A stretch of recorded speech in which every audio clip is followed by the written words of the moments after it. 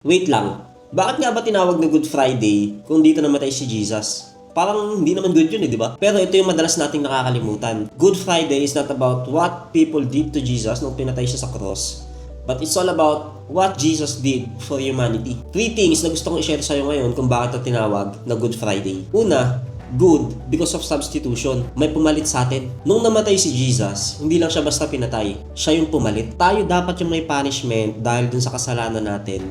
Pero si Jesus yung nagbayad dun sa cross. Ibig sabihin, hindi lang siya basta namatay siya para sa atin. Second, good because of forgiveness. Ibig sabihin, bayad na ang kasalanan. Sa cross, hindi lang pinakita ni Jesus yung pain, but pinakita niya na tapos na yung utang sa kasalanan. Kaya pwede nang magkaroon ng kapatawaran, hindi dahil mabait tayo, kundi dahil bayad na sa ginawa ni Jesus. We don't earn forgiveness, we receive it. Pangatlo, good because of victory. Kung titingnan mo, mukhang talo dahil namatay si Jesus, pero ang totoo, panalo.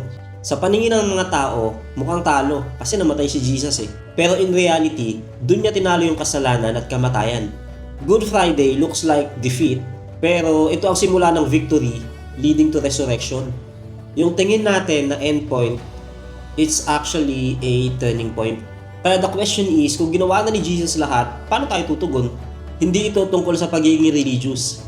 Tungkol to sa pagtitiwala sa ginawa niya sa cross. Tandaan mo to, Good Friday is good, not because Jesus suffered, but because salvation was made possible.